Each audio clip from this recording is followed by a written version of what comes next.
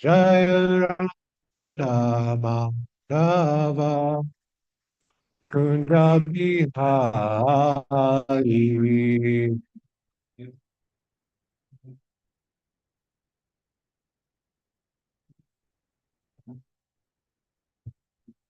Jaya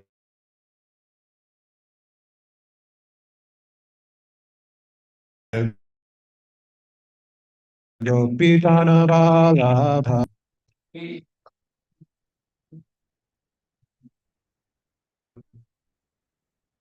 Jaya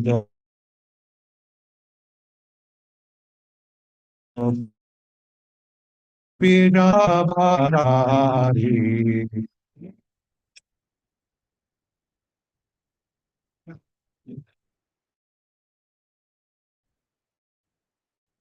Yashodanandana Bhajajana Ranjana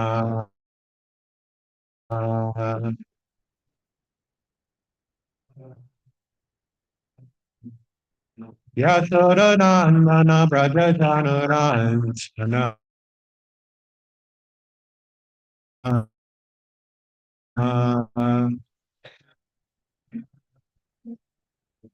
Yamunatira Manatari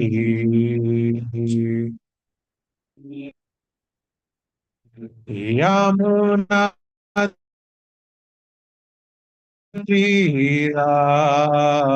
Manatari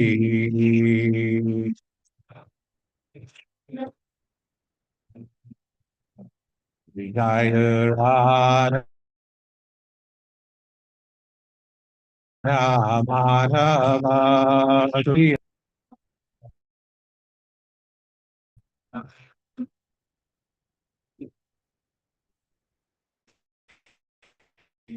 Madhava Sundara Bihari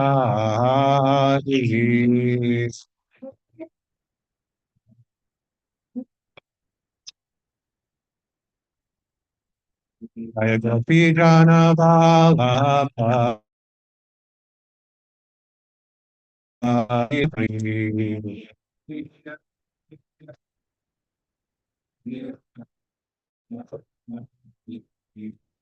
Jaya Gopi Jana Vardhani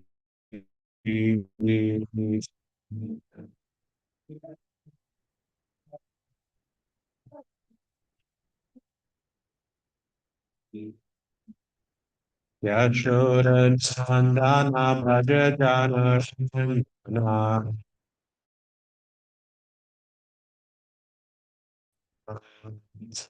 Yashoda Nandana Bhaja Jana Ranjana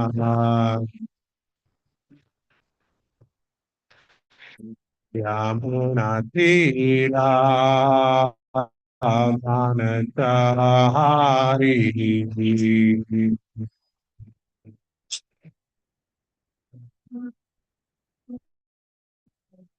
Yamunatira Amanatari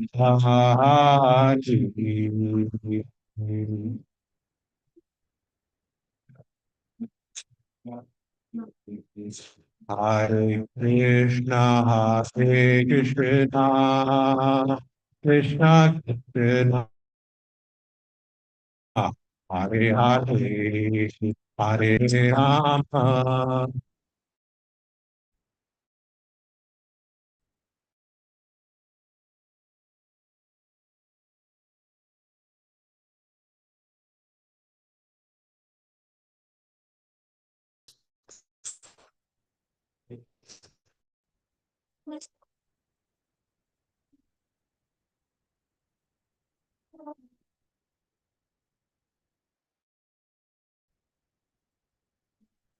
Hare Krishna, Hare Krishna, Krishna Krishna, Hare Hare, Hare Rama, Hare Rama, Rama Rama, Hare Hare.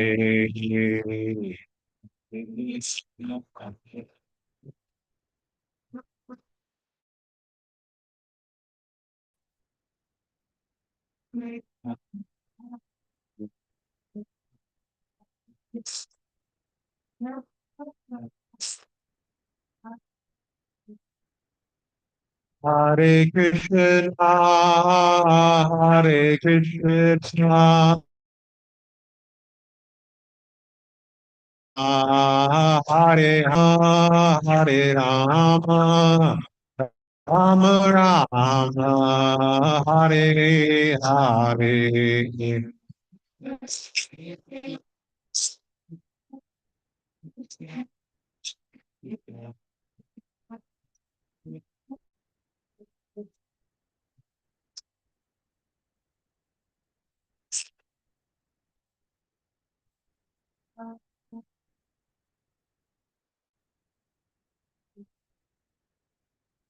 Jai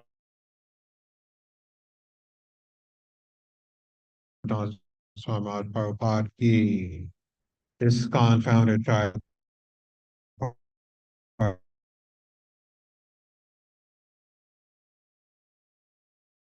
Jaya Shodashadi Srimad Bhakti Siddhanta Saraswati Goswami Maharaj Prabhupada ki. Grantaraj Srimad Bhagavate Vasudeva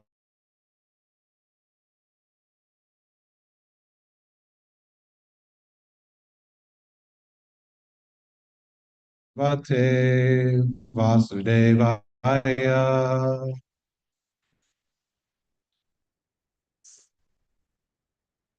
Om Namo Bhagavate Vasudevaya.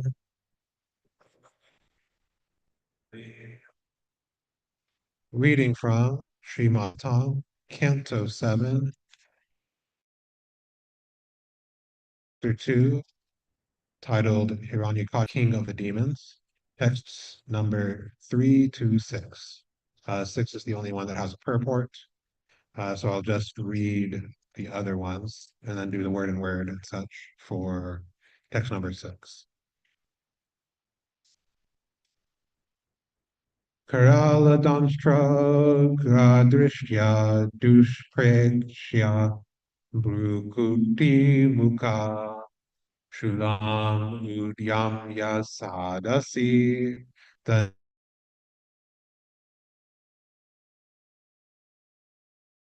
Idam Abravit Vobodhanavadaya Dvimurdam Shrayaksha Shambara Shatabaho Hayagriva Namuche Paka Ilvala Vibrachit Te Mama Vacha Puloman Shakunadaya Sharnutanantaram Sarve Priyatam Ashumachiram Sapataner Gatitakshuder Bharatame Daita Surit Parshni Grahanena Harina Samenyapi Upadavanai. Go on to the word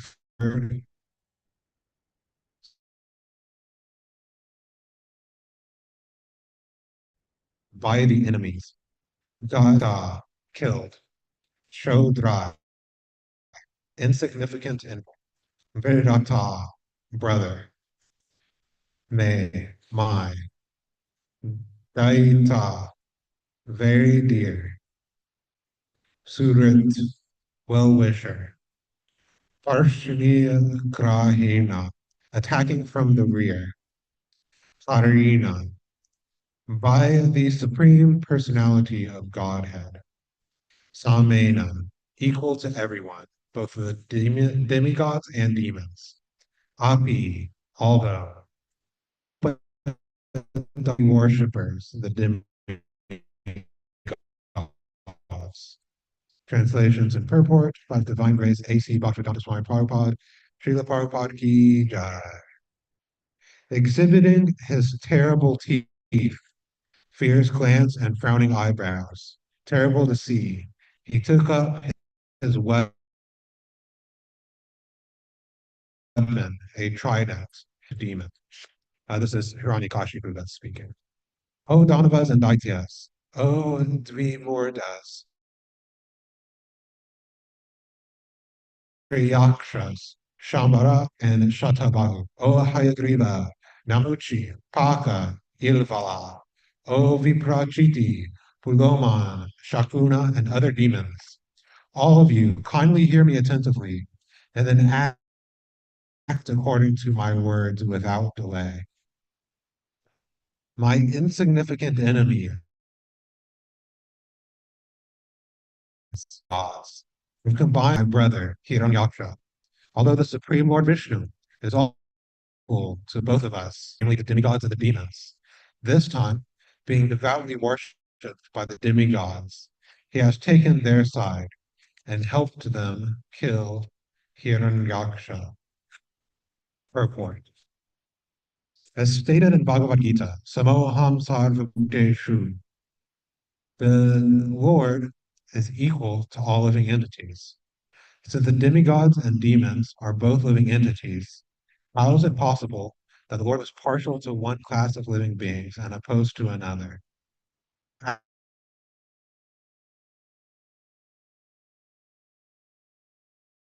not possible for the Lord to be partial. The Supreme Lord's orders. Because of sincerity, they are victorious. Know that the Supreme Lord is Vishnu, but do not follow his instructions. Because of constantly remembering the Supreme Personality of Godhead Vishnu, the demons generally attain Ashivu, accuse the Lord of being partial, because the demigods worshipped him.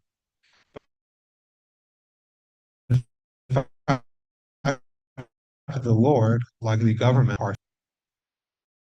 but if a citizen is law abiding, he receives abundant opportunities from the state laws to live peacefully and fulfill his real interests.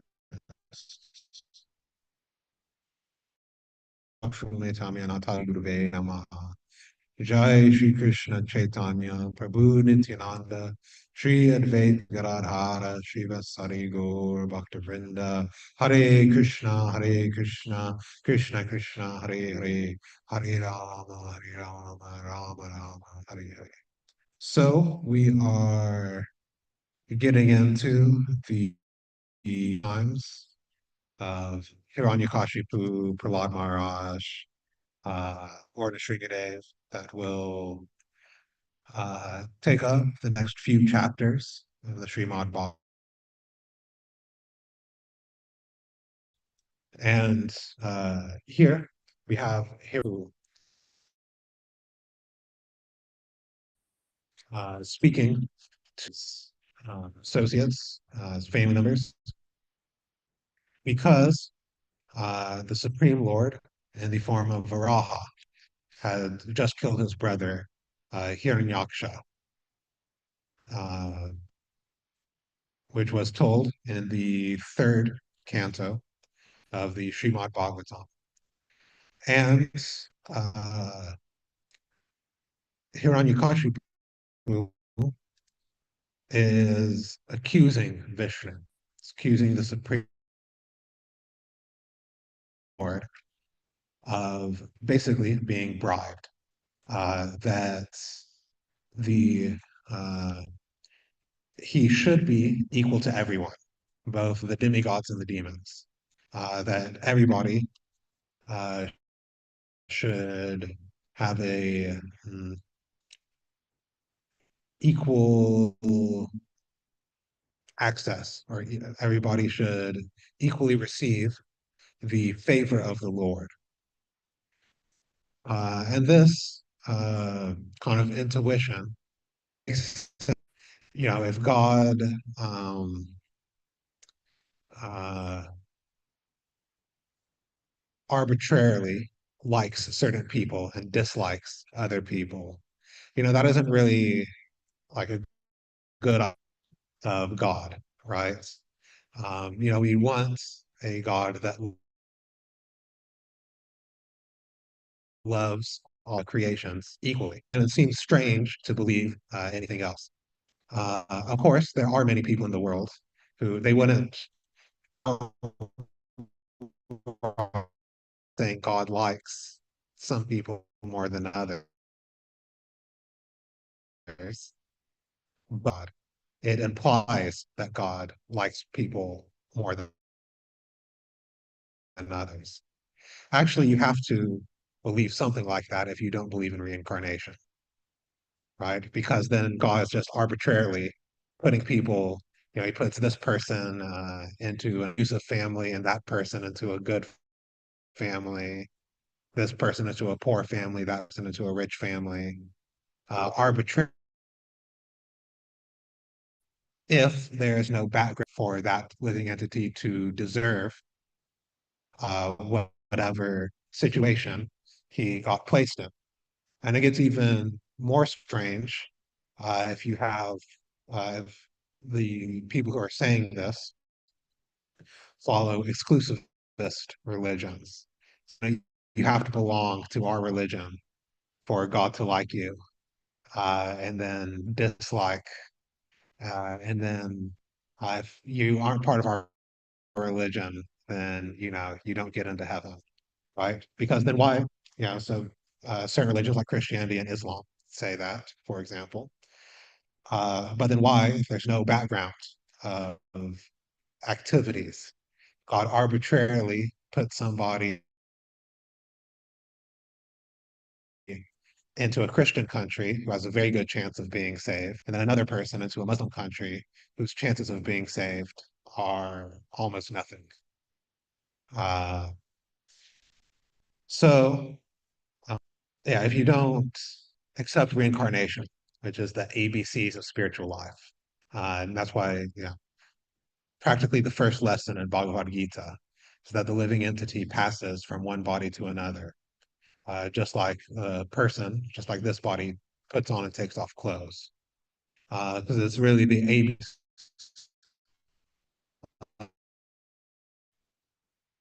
So, Hiranyakashipu also has this idea that we all have, that God should be equal to everyone. But his charge against Lord Vishnu is that the demigods uh, war spices, right? So when we have yajnas, we invite certain personalities, some of which are the demigods, in order to witness whatever, that's an initiation, a marriage, whatever. And Lord Vishnu is Yageshwar. Whatever type of sacrifice you're doing, traditionally speaking, you would invite Lord Vishnu, and he gets his share of the sacrifice. It is actually said in certain places that the fire of Yajna is the tongue of Vishnu. That's how he eats. That's what he be equal to everybody. But uh, he gets very nice boga from the demigods, so he's partial to them. He knows the hands that feed him, so to speak. So he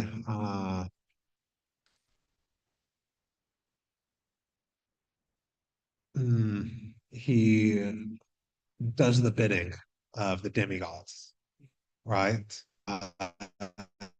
Working, and I had a boss, right? Uh,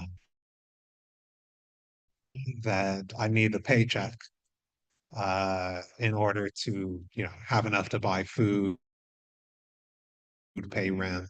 That means that when I'm at work, if the boss says do something,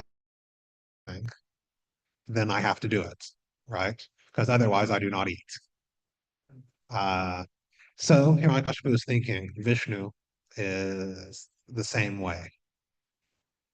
And, if one thinks about it, because they're told in response to a question, right, by Yudhisthira Maharaj to Narada Muni. And Yudhisthira Maharaj is um, asking,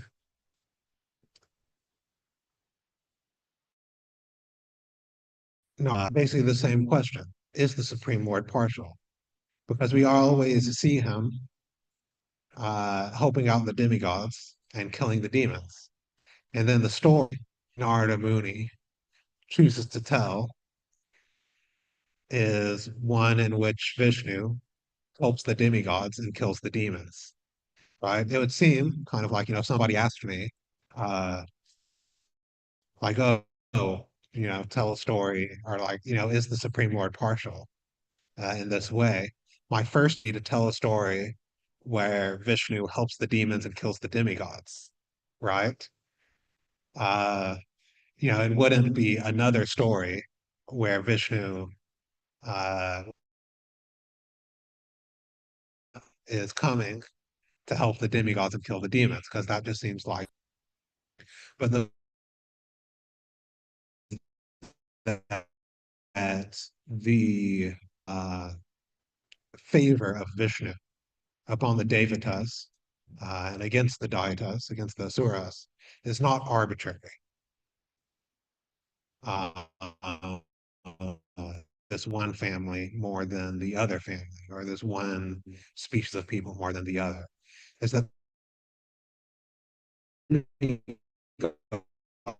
gods are devotees, while the demons are not devotees. Even if they both recognize the supremacy of Lord Vishnu, it the demigods that choose to follow him. Prabhupada in the purport gives the example of government and the citizenry, right? So the government has different departments. And if one follows the laws of the government, one has nothing to fear from the punishment department of the government, right? You can even see this, in maybe in our own experience or in the experience of people that we have seen, in neighborhoods or in places where people follow the laws. They're very happy to see law enforcement. They're very happy to see the police. Say, oh, the police are here to protect us. Uh, and yes, you send more police and break into our houses or do any sort of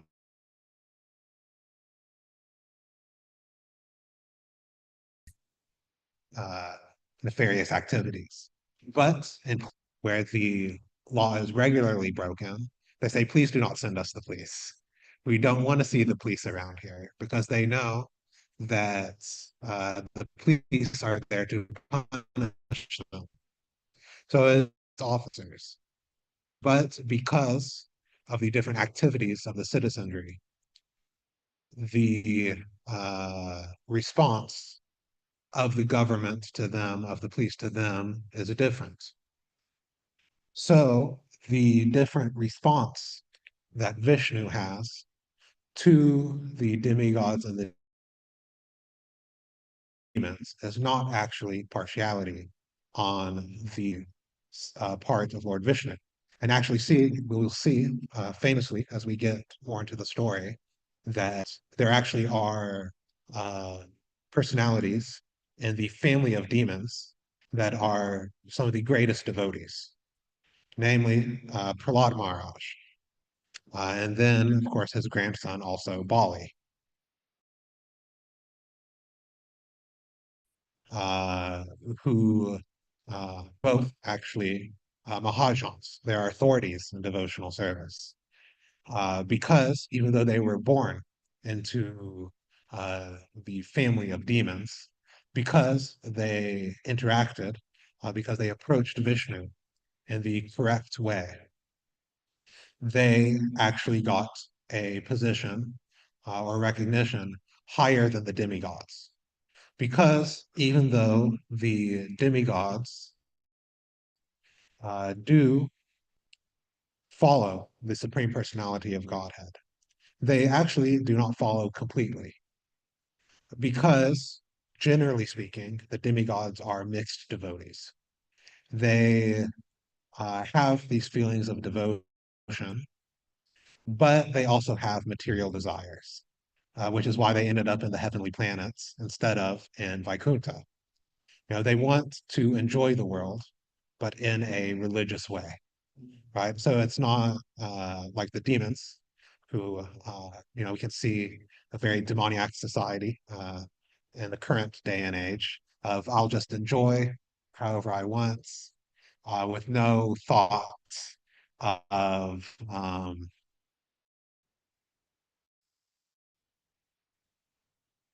dharma or religion or anything, oh, this thing tastes nice, so I'll eat it. Who cares if somebody had to die in order to end up on my plate?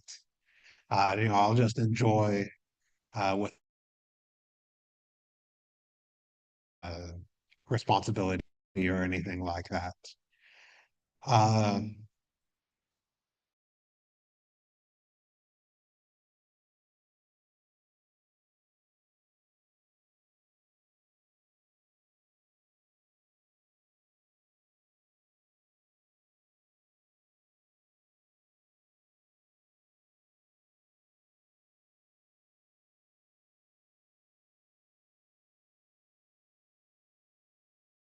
and they can even approach the Supreme Lord for this. Sometimes this happens, right?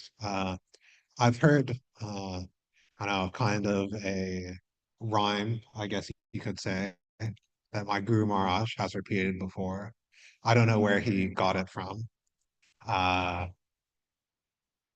but it's give me Lakshmi and a house by the sea, Jaya Jagadisha Hari, right? So I'm approaching Hari, Krishna, uh, because I want material enjoyment. Uh, that, you know, please, give me a very good house, give me a very good job, help my son IIT, uh, all of these things. Um, which, of course, Krishna is the controller of the material energy, he's the source of material energy. If he wanted to, he could do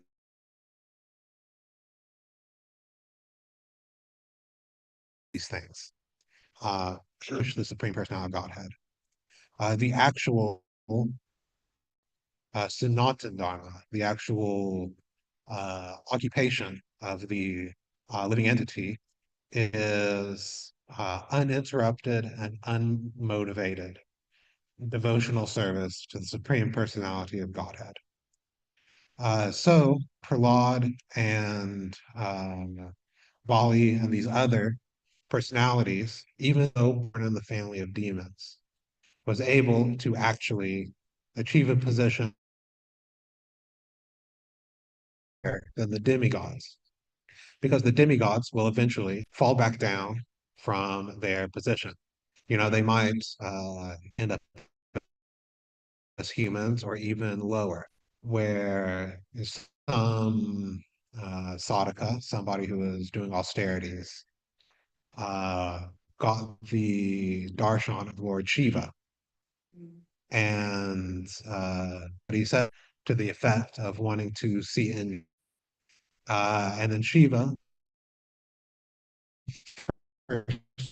showed him a line ants when they find food. They all go in a line and take it and then bring it back. And then Shiva told this Tapasvi, this person performing austerities, see this line of ants? They're all Indras. Uh, so, you could be even as high as Lord Brahma. And then if you're not a pure devotee, still to actually get to a position that you do not fall down from. It requires pure devotional service. uh, and to mm, give up all materially motivated forms of dharma. Sarva dharma prityaja mamekam sharanam vraja. Surrender all varieties of, or give up all varieties of religion and just surrender onto me.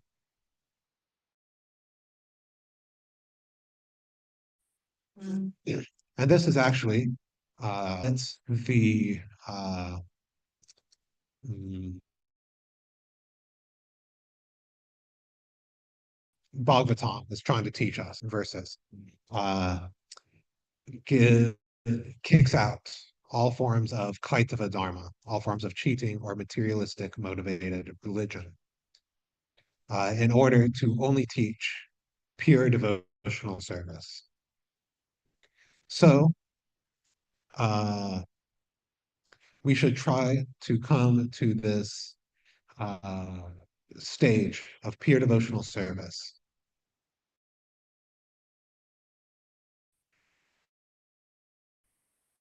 Um, and and Krishna actually says that sometimes his devotees do approach him for material desires. Uh,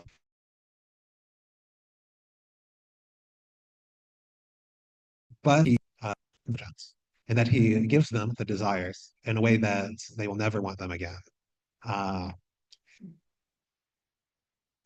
so uh, once one takes shelter of Krishna in whatever capacity, one mm, makes advancement in devotional service, as long as one is actually taking shelter. But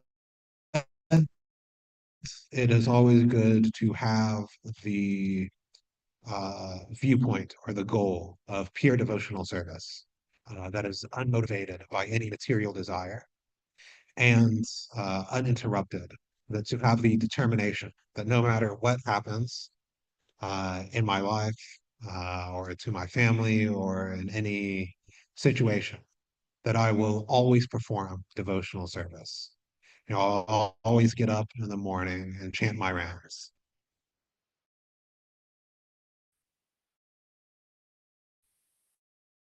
Uh, Actually, that no matter what. Um, Before I moved onto the farm and um,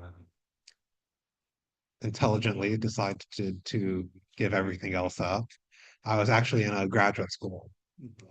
And I remember like I was doing research and I had to stay up so late. And because I'd woken up late or I had to do something in the morning, I hadn't chanted my rounds for the day. So, it came to the decision. Do I just go to sleep and then, try to make it up tomorrow or something? Or just stay up late, to midnight or something and chant my rounds. And Krishna somehow or other gave me the intelligence, as well as the devotees who had given me very good training before that, that you never miss a day chanting your rounds. So even though all the travails of graduate school and,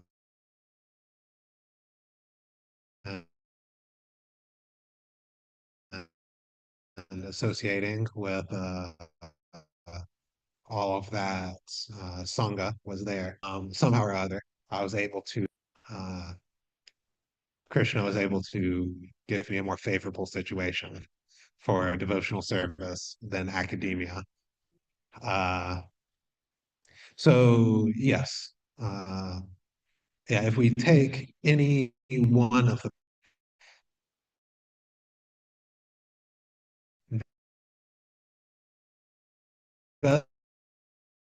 just have the every day. I have to chant my rounds. I have to hear Shastra, from Prabhupada's books, from a lecture, even just something. And then we will gradually be purified according to the degree that we surrender to the process. Because the process is perfect, it just depends on how much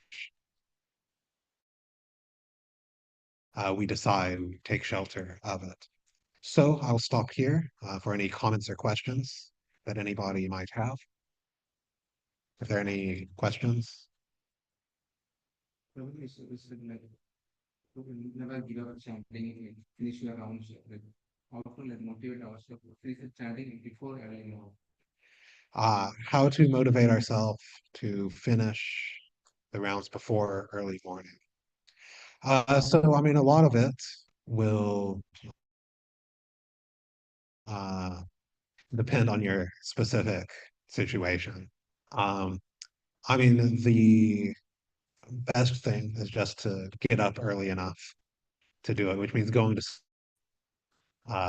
early enough to get up early. I mean, the biggest motivation is just feeling the difference, right? So if you try for uh, a certain amount of time to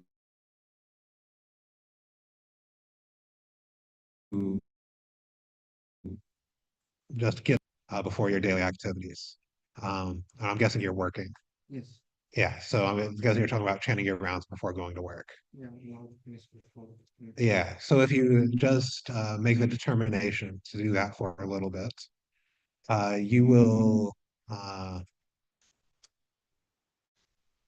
will feel the difference, guaranteed. Um, and then, I mean, a lot of what sadhana is actually just having the determination to do it until you get the higher taste. Um, so, it's almost, at the level that for a little bit you might just have to force yourself. Okay, I'll get up at, 4 o'clock or 5 o'clock or however, whatever time you need. And then eventually you will get the higher taste. But a lot of, when I first moved to the ashram a while ago, it's not like, I had the burning desire to wake up every day at 4 a.m. Uh, in order to get to morning program. But, you know, especially in the ashram where I was trained, it was a very training oriented ashram. So everybody had to go to morning program. If you weren't at morning program, they would send somebody to wake you up to get you to come to morning program. So you know, you got up at 4 o'clock because you didn't want your mate, your roommate, to come shake you awake 5 minutes before, and then you just kind of stumble up. So you wake up early, and then you go, and then eventually you get the taste for going to morning program. And then now, unless I was like up late the night before or something like that, I pretty regularly come to morning program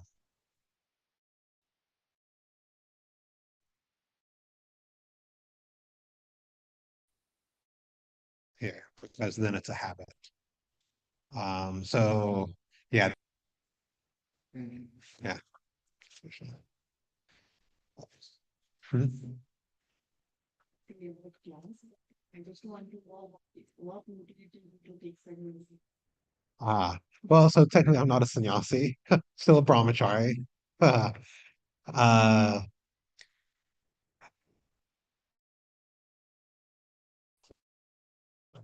the short answer is, yeah, I don't know if this reference will land, but I call I sometimes refer to brahmachari as the Hakuna Matata ashram. I don't know if you know the Lion King. Yeah, so it means no. Uh, and of course, anytime in the material world, there are troubles, but you know,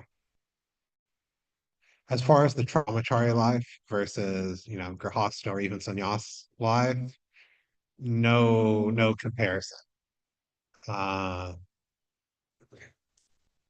it's very all basically all that I have to do during the day is just wake up and serve Krishna. Uh, I just to do the short version, I just came to realize that the uh, so-called um, pleasures or so-called enjoyments in the Grihastha ashram is generally disappointing, very short-lived, uh, very infrequent, but you take on so much trouble to do it, right? Um, so, of course, the biggest uh, so-called form of enjoyment, uh, um, you could say procreative activity, right? Sex life. Uh, but if one is following religious principles, it's only for procreation, right? So it's not like you're enjoying so much all the time. Very infrequent, but the wife and children expect to be taken care of every day, right? Not just on the days you want to enjoy. And to take care of them, you have to go get a job or start a business or things like this. And then, you can ask people who have children. I don't know if you have children. Oh yeah, I was told by a senior member of our community who's on the call that once you have children, say goodbye to any peace of mind, right? Because you're always worried about the children, right? Uh, so yeah, this is just some things. I could go on and on. I could give brahmachari classes for days. So I'll just cut it short.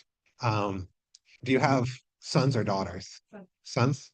Okay, send them to me and I will convince them to be brahmacharis. Okay. How old are they? 15 and 9? Okay. They're not here, are they? Okay. Have them talk to me and I'll convince them to just surrender, move into the brahmacharya ashram, and give the whole material world a miss. Yeah. Jai. How old is your son? 18? Okay. Is he still? Hmm? Okay.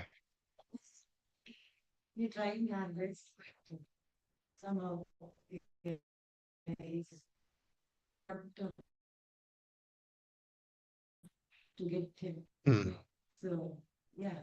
Uh, is he about like going to university? Okay. Tell him to put on saffron and join up instead. Yeah. As far as university, I was very much in that world. I double majored in math and physics, and then have master's degrees in both. Not worth it. Bet Better to be brahmachari.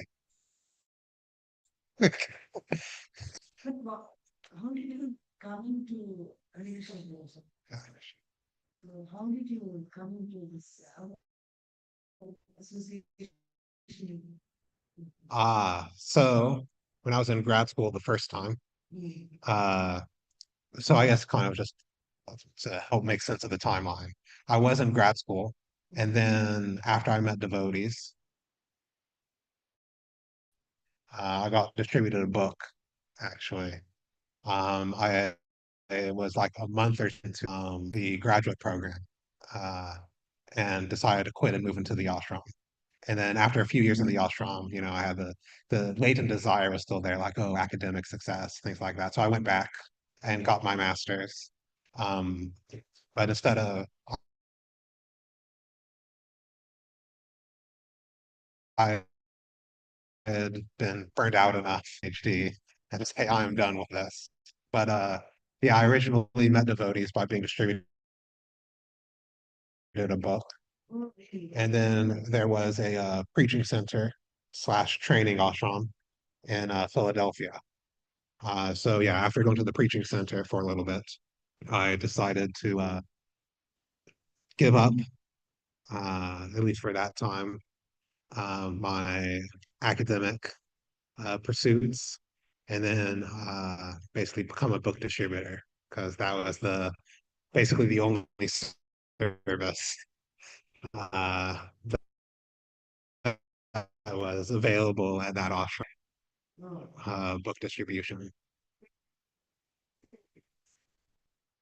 Uh, the question was, how did I convince my parents? Which is a very Indian sort of question, if I do say so myself. What? No, no, no. I was more saying that uh, in the West, we don't care about convincing our parents. We just told them what I was doing, and if they wanted to accept it, they could accept, and if they wanted to not accept, then they didn't have to accept, right? It's not like a more traditional society where it's like, oh, like I have to get my father's permission, I have to get my mother's permission. And in the West, we kind of just do what we want. And then the parents uh, have to uh, deal with it in a certain sense. Uh, I mean, they didn't necessarily try to stop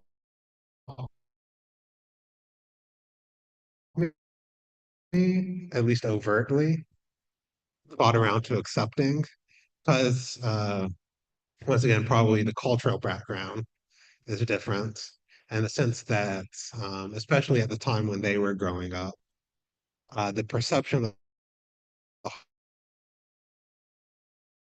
the Krishna movement is that it was a cult. So you think of, oh, they at least made a show like they were accepting, but the comments and things like they made throughout the years, uh, uh, I don't think they ever like really like fully have accepted my decision to dedicate my life to Krishna consciousness. But what to do? I guess not.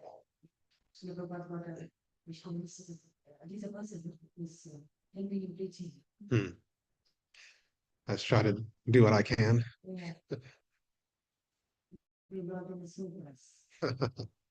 Somehow or other. Hmm. Bye. Bye. Are there any more comments or questions, maybe from our online audience? We have about 8 minutes left before the doors open.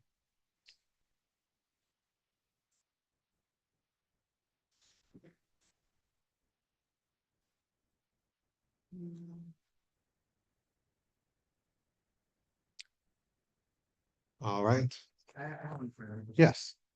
Um, about this material happiness, right? That is a fluctuating, like it's a temporary. That is only for the body and the mind, like, but where is the spiritual happiness, like which once you come into Krishna consciousness, do you ever see the difference in the happiness which in the soul, like at times spiritually, right? Spiritual happiness. So because like it's not easy to give up this material desire and come back. So once you give up, once we have in the Krishna consciousness, once we started worshipping the Supreme Lord, so our soul realizes the spiritual happiness. Have you ever like felt that happiness? Okay, I achieved a lot. Like I gave up whatever my question is correct since I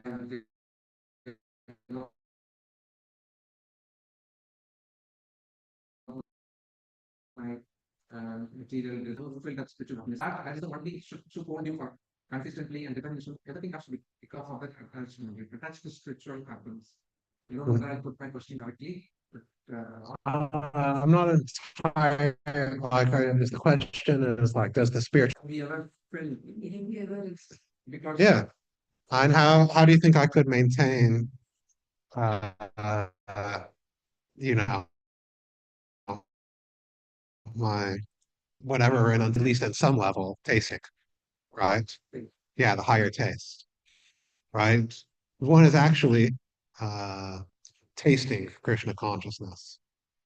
Uh then, even if one, due to the circumstances throughout the day, even if one is angry or sad or worn out, one actually still feels happiness.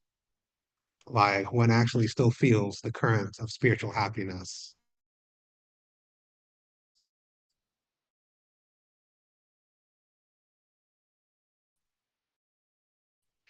under all of these emotions. Uh, uh, who is spiritual happiness, right?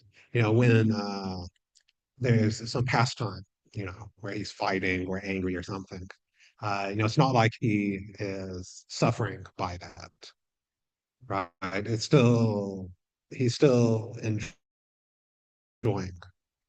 And if you access that spiritual energy, then you also enjoy, right? So you have to um, uh, gain the higher taste. And you mentioned that it's difficult to give up these material desires, these material attachments. We tend to think that we are meditating on these things, that these things are taking over our mind because we are attached to them. If you read Bhagavad Gita, it's actually the opposite. Vijayato Vishayam Pumsa Sangas Teshu Pajayate. Sangas Sanjayate Kama Kama Krodo Vijayate. Right? So the attachment actually comes from thinking, right? We're meditating dayayata on the vishayan, on the field of activities or the objects of the senses. And from that, sangas teshu pajaya, from the meditation. Um, so if you can just restrict the mind from thinking about these material objects, then the desires that go, go away.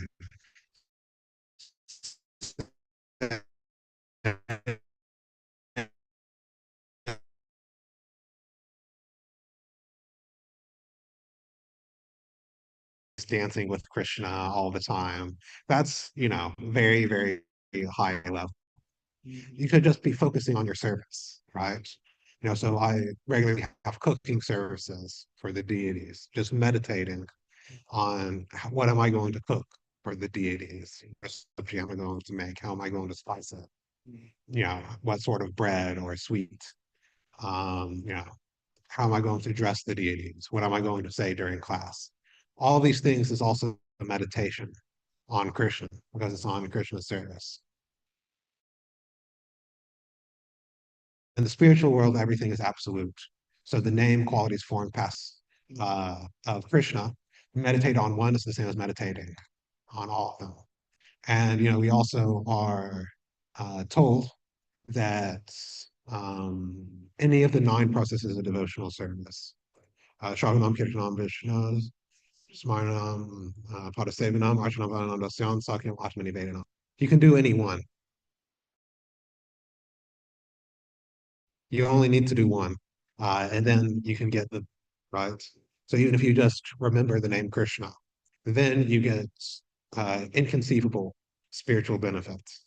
Right? Look at the pastime of Jamil, right? At the time of death, he called the name Narayan. He wasn't even calling for Vishnu. He was calling his son, who he named Narayan.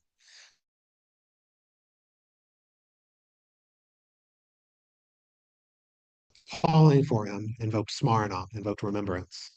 Uh, and, you know, he was able to be saved from the mm, complete way that our life will go is determined by our meditation. It's determined by Dayayata. So if we somehow or other find way, even there are chapters in the Bhagavad Gita that uh, uh, Krishna talks about how you can see him in the material world, right? Of stars, I am the moon, I'm the taste of water, or even I'm time, right? Uh,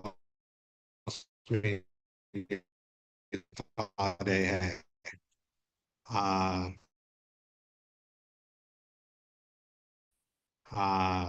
right. So if one has the determination, one can always find opportunities to think of Krishna. And then if one is always thinking of Krishna, then you're a pure devotee, right? So hopefully that was helpful. Yeah, that brings spiritual happiness. Uh, Thank you. Okay, I think